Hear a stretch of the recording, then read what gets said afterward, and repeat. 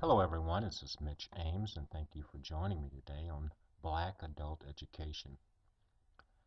Well, I've watched a YouTube video where the YouTuber stated that black people chose to be slaves. They could have easily chosen death instead of slavery.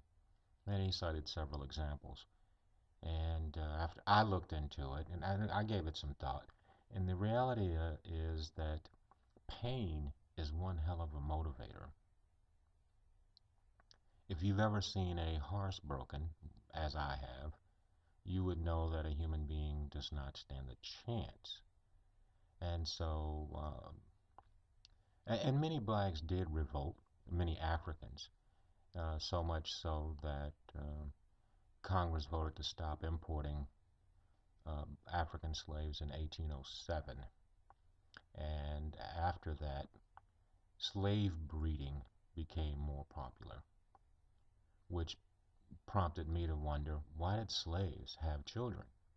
I mean, considering that they know or they knew that their children would be property of the slave master, they would be slaves and they would be born into that life of slavery. Why would they have children? And there are many responses that you can think of, companionship, and people are human, they fall in love, they have children. But the fact of the matter is, they were forced to have children. Sometimes the slave owner or an overseer would watch the couple copulate in order to ensure that there was an attempt at least to have a child. And if the woman didn't get pregnant, she would be sold off and it put someone else in there to do it. And in other cases, they would send one black man around to impregnate many black women of other plantations and to populate, much like people do bulls and herds of cattle. So that may explain too why there's a lot of um, undiagnosed mental illness in the black community, because there may be some inbreeding at some level. I'm not saying that's the reason for all of the craziness in the black community, but it's something that it is what it is. It's something we need to take into consideration. And so now I know, after that little research, why slaves had children. And there was no such thing as marriage, obviously, in the slave community. Um, so even though a couple lived as a married couple, the wife would often be bred with someone of the slave master's choosing. And what surprised me a lot was the number of slave owners that fathered children with slaves, and they treated the slaves in many cases as concubines. A lot of slave owners, I found out, were single for that very reason. They just took a black slave and put her in the house and had children with her. And in the cases where the men were married, sometimes the wives fussed about it. Sometimes they didn't care. Sometimes they were very bitter about it and punished the slaves very bitterly and harshly.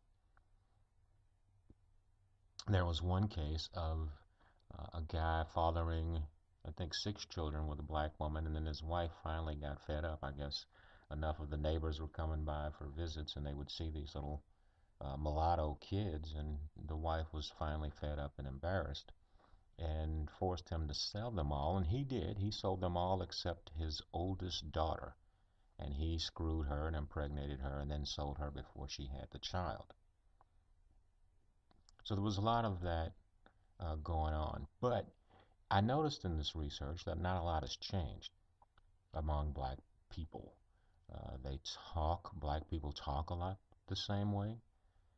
Um, they call each other nigger the way that they did during the slavery times. Um, the English is pretty much the same among many black people as it was then. And the only difference is now black people are not forced to have children. out of wedlock. Black people can legally marry, and black people can have children as a married couple. So then that begs the question, why do single black women have children? Why do single black women, I guess, and men, single black men, have children out of wedlock? Um, and like I said, nothing has changed much from then and now because black people are still slaves.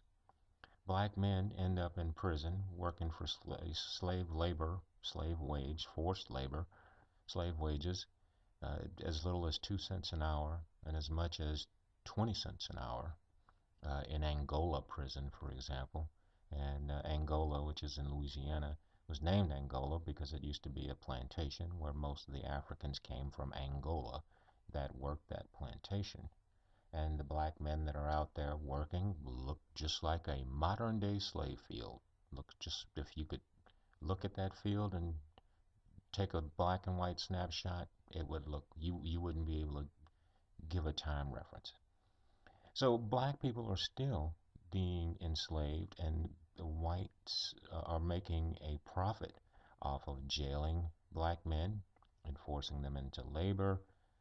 Black women are used as breeders. They just keep breeding black children for this purpose to have the black men end up dead, imprisoned, or poor. And black men end up in prison, end up in jail or in prison a lot. That's part of the branding process. They don't stick iron on black men anymore. They simply just give them a police record. No matter where they go, they can look up that brand. They can look at the brand and see where that black man belongs, see what he's done, know his entire history.